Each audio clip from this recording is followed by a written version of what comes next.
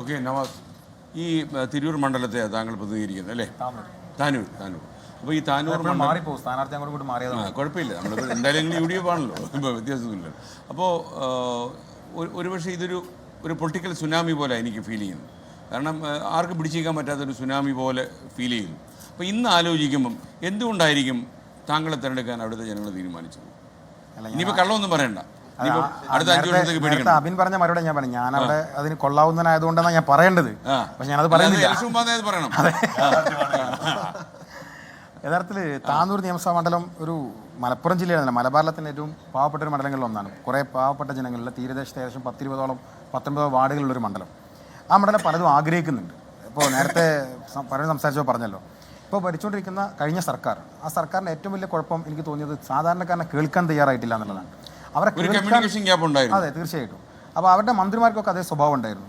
എൻ്റെ മന്ത്രിമണ്ഡലമായിരുന്നു താനൂർ. സ്വാഭാവികമായി അവർ ജനങ്ങളോട് അടുത്തില്ല, ജനങ്ങളെ കേൾക്കാൻ തയ്യാറായില്ല. അവരെ പ്രശ്നം പരിഹരിച്ചു എന്നുള്ള രണ്ടാമത്തെ കാര്യമാണല്ലോ. അവരെ കേൾക്കാൻ പോലും തയ്യാറാവാത്തൊരു ഭരണകൂടത്തെ അവർ ഇനിയും അധികാരത്തിൽ കൊണ്ടുവരേണ്ടതുണ്ടോ എന്നൊരു ചോദ്യം, അതിൻ്റെ ഉത്തരവാണ് കേരളത്തിൽ സുനാമിയായി ഒന്നാകെ വന്നിട്ടുള്ളത്.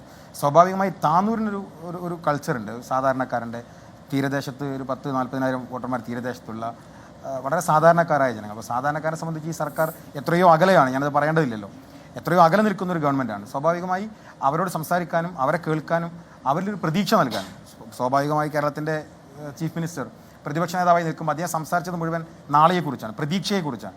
ജനങ്ങൾക്ക് താല്പര്യമുണ്ടായിരുന്നു. കാരണം എല്ലാ പ്രതീക്ഷ അറ്റുപോയ ഒരു ജനങ്ങൾക്ക് മുമ്പിലേക്ക് നാളെയുടെ പ്രതീക്ഷയെക്കുറിച്ച് സംസാരിക്കുന്ന ഒരു UDF സംവിധാനം, ആ സംവിധാനം ജനങ്ങൾക്ക് പ്രതീക്ഷയുണ്ടായിരുന്നു. അപ്പോൾ ആ UDFൻ്റെ പ്രതിനിധി എന്ന രീതിയിൽ സ്വാഭാവികമായി വലിയ സ്വീകാര്യത അവിടെ ഉണ്ടായി. അത് ആ പുതിയ താനൂരിൻ്റെ ചരിത്രത്തിൽ ഏറ്റവും തീർച്ചയായിട്ടും സ്വാഭാവികം അതിനനുസരിച്ചുള്ളൊരു ഭാരമുണ്ട്. ഇപ്പോൾ ഞാൻ പറയാറുണ്ട്, താനൂരിലെ ഏറ്റവും വലിയ ഭൂരിപക്ഷമാണ് 27,000 എന്ന് പറയുന്നത്.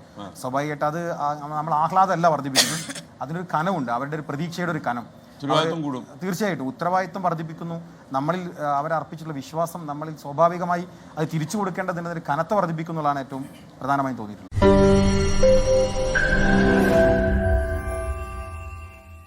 ലോകത്തെവിടെയായാലും ഏത് സമയത്തും 24 വാർത്തകളും ഓഗ്മെന്റഡ് റിയാലിറ്റി പാക്കേജുകളും എക്സ്പ്ലെയിനറുകളും വിശദമായി കാണാൻ ഞങ്ങളുടെ YouTube ചാനൽ നിങ്ങൾക്ക് സബ്സ്ക്രൈബ് ചെയ്യാം.